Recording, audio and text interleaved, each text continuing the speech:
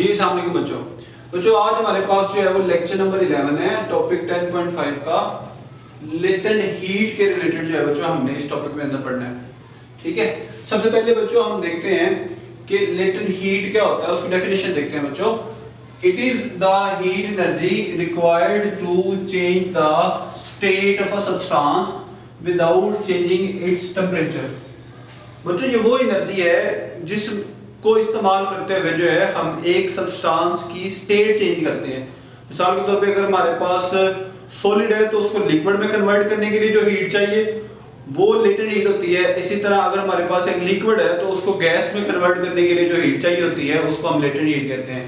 ठीक है बच्चों, अब इसके अंदर जो है बच्चों उसने एक वर्ड लिखा हुआ है विदाउट चेंजिंग इट्स टेंपरेचर। जब ये स्टेट चेंज हो रही होती है तो लिक्विड या सॉलिड का टेंपरेचर चेंज नहीं होता।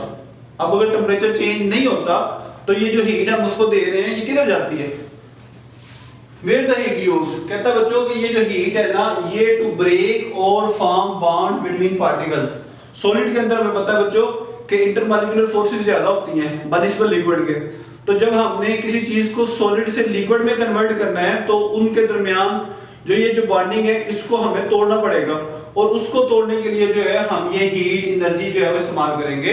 तो जब एक सॉलिड लिक्विड में कन्वर्ट हो रहा होता है तो उस टाइम सिर्फ और सिर्फ स्टेट चेंज हो रही होती है, उसका टेंपरेचर जो है कांस्टेंट रहता है। मिसाल के तौर पे हमारे पास पानी है, पानी जो है हमें पता है बच्चों 0 डिग्री सी के ऊपर सॉलिड से लिक्विड में कन्वर्ट हो रहा होता है।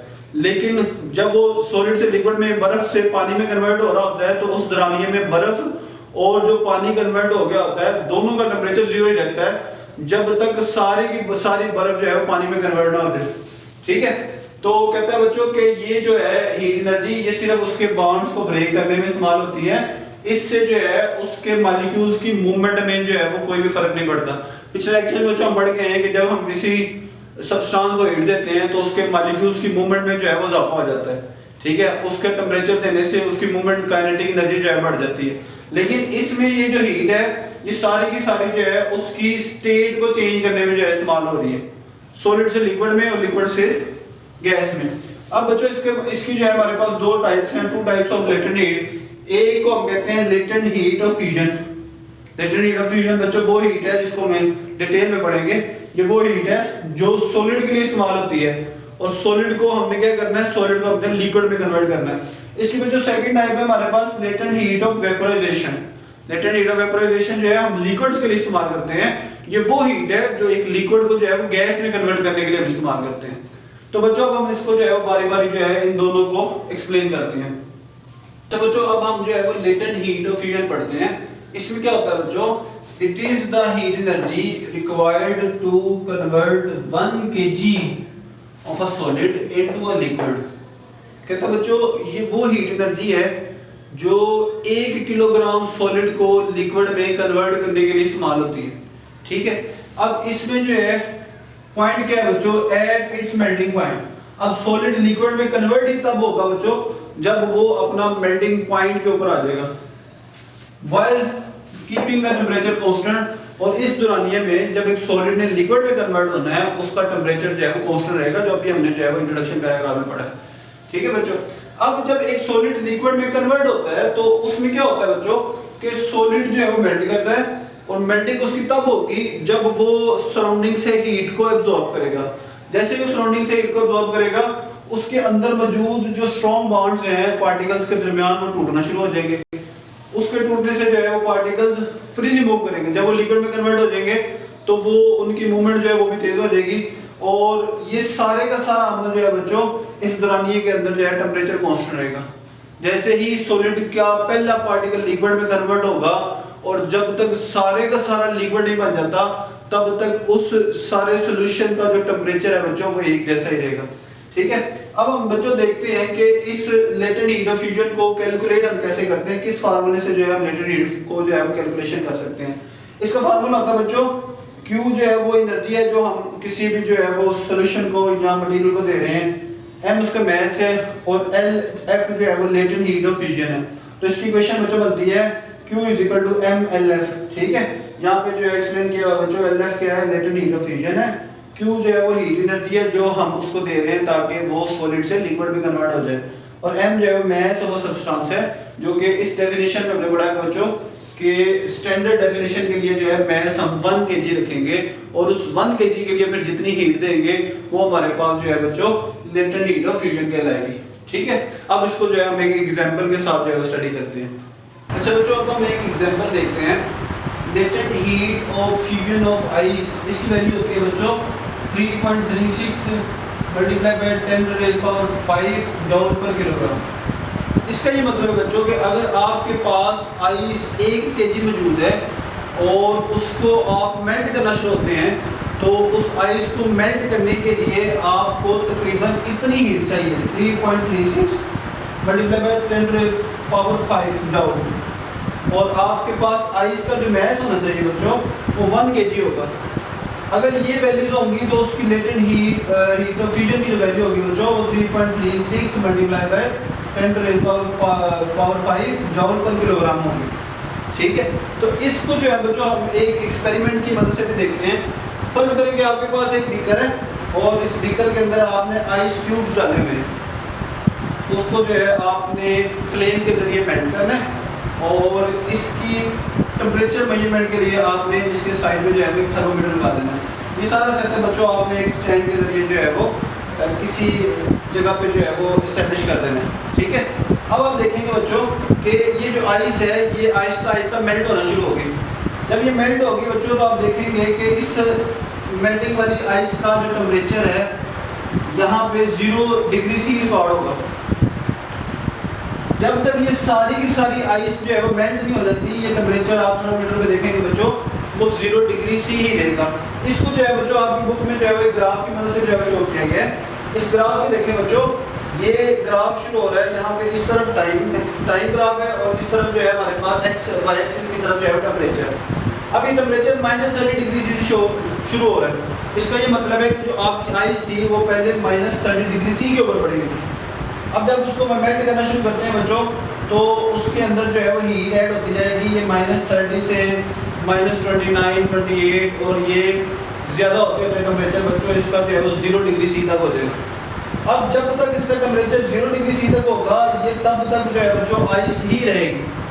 फिर क्या होगा, जैसे आप इसका टेम्परेचर जो है वो 0 डिग्री सी से 1 डिग्री सी होगा तो इसका जो सारी की सारी आइस है जो है बच्चों ये मेल्ट हो जाएगी और मेल्ट होकर आइस और वाटर जो है 0 डिग्री सी के ऊपर बच्चों आइस और वाटर का कॉम्बिनेशन होगा। जैसे ये सारी की सारी आइस मेल्ट हो जाएगी इसका जो टेम्परेचर है वो 0 से बढ़ना शुरू हो जाएगा। अब ये जो बच्चों सेंटर लाइन आपको शो कर रही है ये वो जगह है जहाँ पे आइस ने मेल्ट होना शुरू कर दिया था, लेकिन वो साथ साथ वाटर में भी मौजूद थी। और जब तक सारी की सारी आइस वाटर में कन्वर्ट नहीं होगी बच्चों तब तक जो है इसका टेम्परेचर जो है वो 0 ही रहेगा। ये वो हीट है जिसको हम लेटेंट हीट ऑफ फ्यूजन जो है वो पढ़ते हैं। अब जैसे ही उसका टेम्परेचर जो है बच्चों सारी की सारी आइस जो है वो वाटर में कन्वर्ट हो जाएगी, उसके बाद आप देखेंगे इसका टेम्परेचर जो है वो आस्ता आस्ता बढ़ना शुरू हो जाएगा। टेम्परेचर बढ़ना शुरू हो जाएगा। अब ये इस जगह पे जो है वो सारे का सारा जो है वो लिक्विड है, वाटर है। टेम्परेचर बढ़ते बढ़ते एक जो है वो 100 डिग्री सी पे जाएगा और 100 डिग्री सी जो है बच्चों वो पानी का बॉइलिंग पॉइंट है। यहाँ पे जो है जैसे ही वाटर का टेम्परेचर 100 डिग्री सी होगा दोबारा से जो है ये इसका टेम्परेचर कांस्टेंट हो जाएगा। और ये जो टेम्परेचर कांस्टेंट है बच्चों ये भी तब तक रहेगा जब तक सारे का सारा लिक्विड जो है वो गैस में कन्वर्ट नहीं हो जाता। तो ये ग्राफ बच्चों हमारे पास आइस को लिक्विड में कन्वर्ट करने के दौरान जितने भी मराहिल होते हैं वो ये ग्राफ को शो कर रहा है।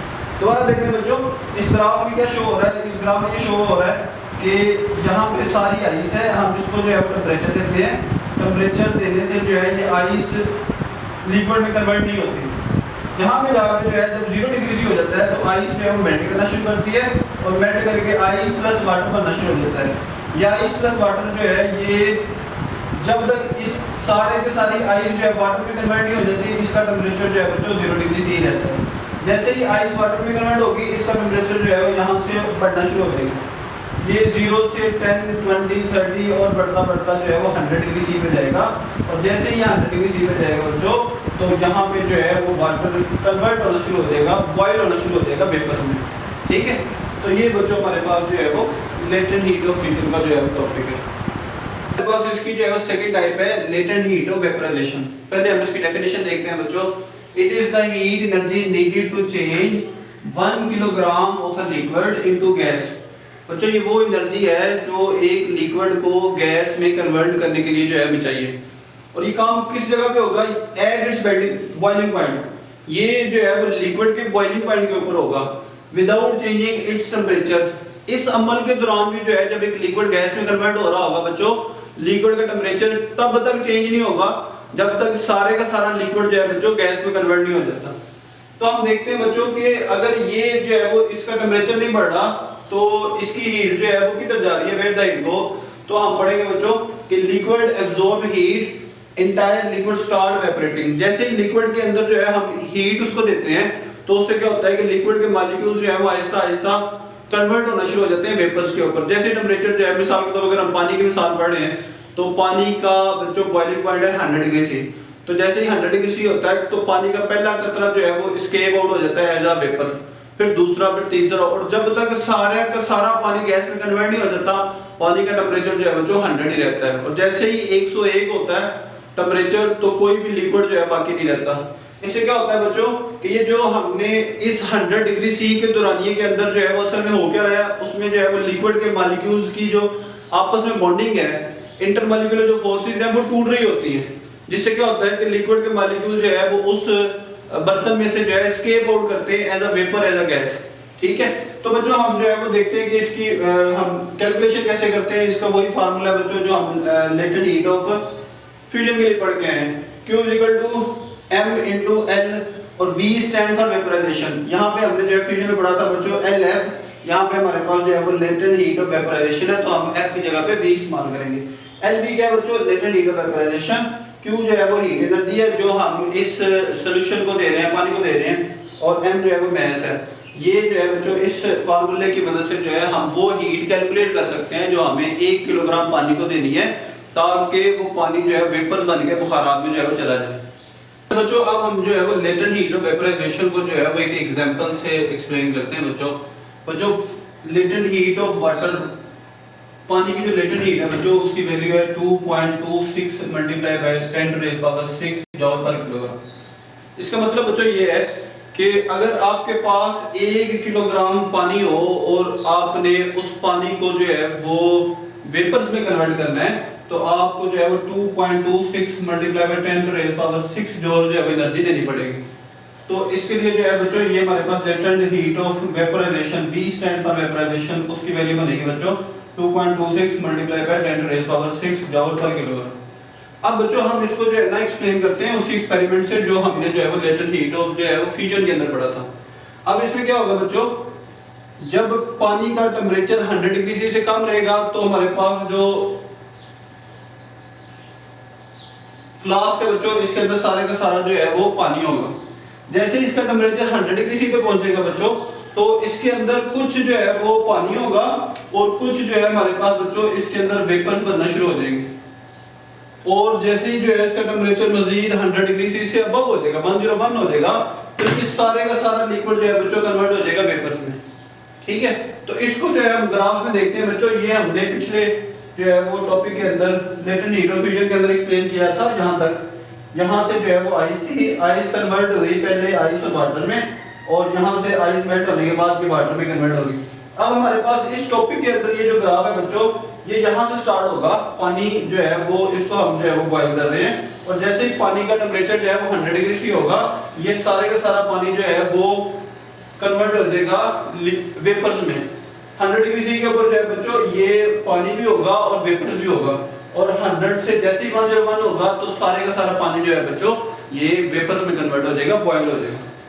तो ये बच्चों हमारे पास जो है वो लेटेंट हीट ऑफ वेपराइजेशन जो है वो यहाँ पे खत्म हुआ और साथ ही जो है हमारे पास लेटेंट हीट का टॉपिक भी खत्म हुआ।